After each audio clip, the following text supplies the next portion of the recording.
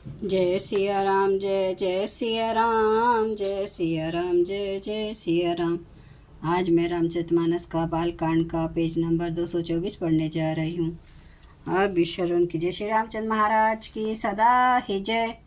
अस कहीं भले भूप अनुरागे, रूप अनुप बिलोकन लागे। देखें सुर नभ चढ़े विमाना, बरसई सुमन करें गलगाना। ऐसा कहकर अच्छे राजा प्रेम मगन होकर श्री राम जी का अनुपम रूप देखने लगे। मनुष्यों की तो बात ही क्या, देवता लोग भी आकाश से विमानों पर चढ़े हुए दर्शन कर रहे हैं और सुंदर गान करते हुए फूल बरसा रहे हैं। जानी सुअवसरु सिय तब पढ़ई जनक बोलाई, चतुर सखी सुंदर सकल सादर चली लवाई। तब सुअवसर जानकर जनक जी ने सीता जी को बुला भेजा।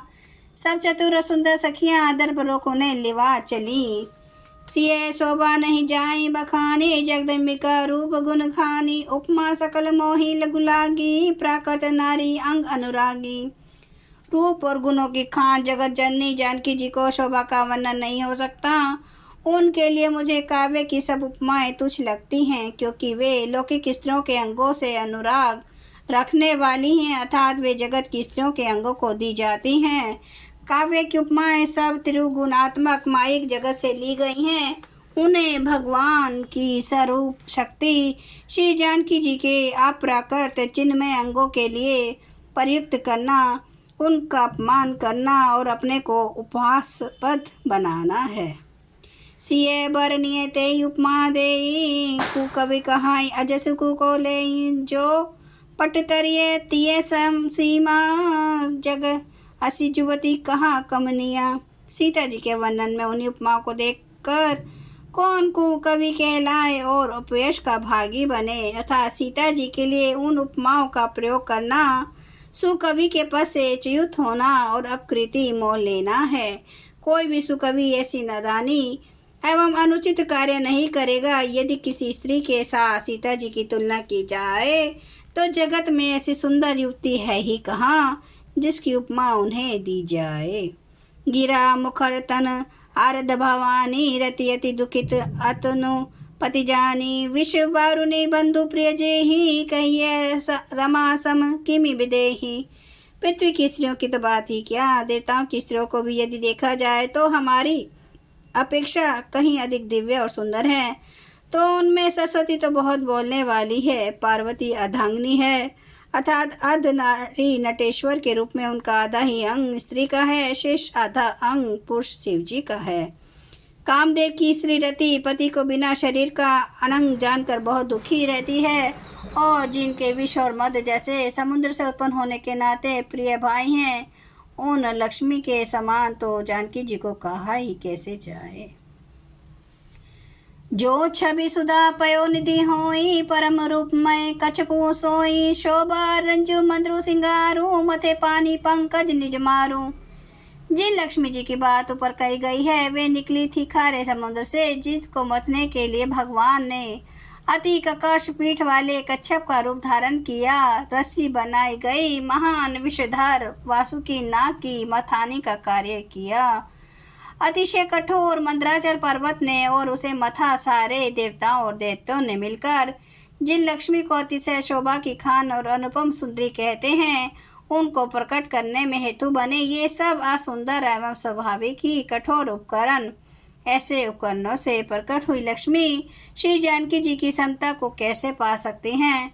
हाँ, इसके विपरीत यदि छवि रूपी अमृत का समुद्र हो, परम रूपमय कच्छप हो, शोभा रूपी रस्सी हो, श्रृंगार रस पर्वत हो, और उस छवि के समुद्र को स्वयं कामदेव अपने ही कर कमल से मथें।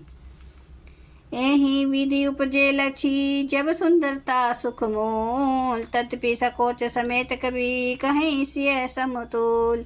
इस प्रकार का संयोग होने से जब सुंदरता और सुख की मूल लक्ष्मी उत्पन्न हो तो भी कभी लोग उसे बहुत संकोच के साथ सीता जी के समान कहेंगे। जिस सुंदरता के समुद्र को कामदेव मथेगा वह सुंदरता भी प्राकृत लौकिक सुंदरता ही होगी, क्योंकि कामदेव स्वयं भी त्रिगुणमयी प्रकृति का ही विकार है। अतः उस सुंदरता को मत कर प्रकट की हुई लक्ष्मी भी उपयुक्त लक्ष्मी की उपेक्षा कहीं अधिक सुंदर और दिव्य होने पर भी होगी प्राकृत ही।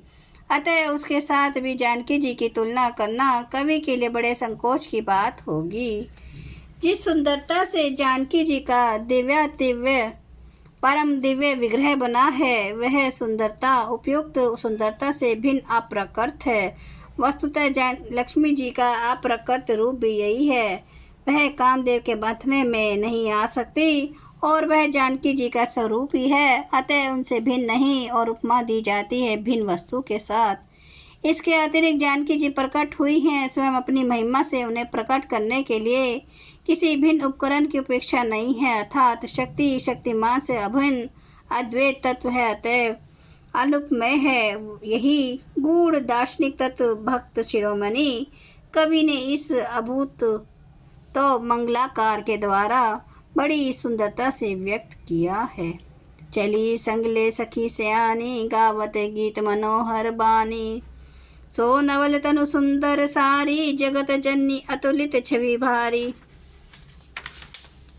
शानी सखियां सीता जी को साथ लेकर मनोहर वाणी से गीत गाती हुई चली। सीता जी के नवल शरीर पर सुंदर साड़ी सुशोभित है। जगत जननी की महान छवि अतुलनीय है। जय सिया राम, जय जय सिया राम, जय सिया राम, जय जय सिया राम, जय सिया राम, जय जय सिया राम, जय सिया राम, जय जय सिया राम। श्री राम महाराज की सदा ही जय।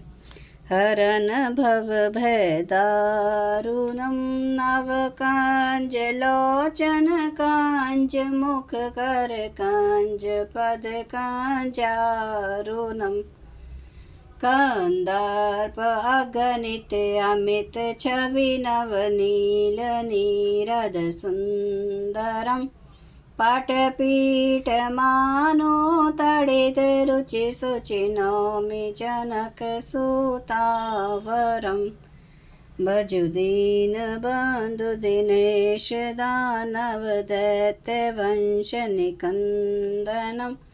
रघुनंद आनंद कंद, कौशल चंद्र दशरथ नंदनम। सिर मुकुट कुंडल तिलक, चारु उदार अंग विभूषणम। आजानुभुज सर चाप, धर संग्राम चित खर दूषणम। इति वदति तुलसीदास, शंकर शेष मुनि मनरंजनम। मम हृदय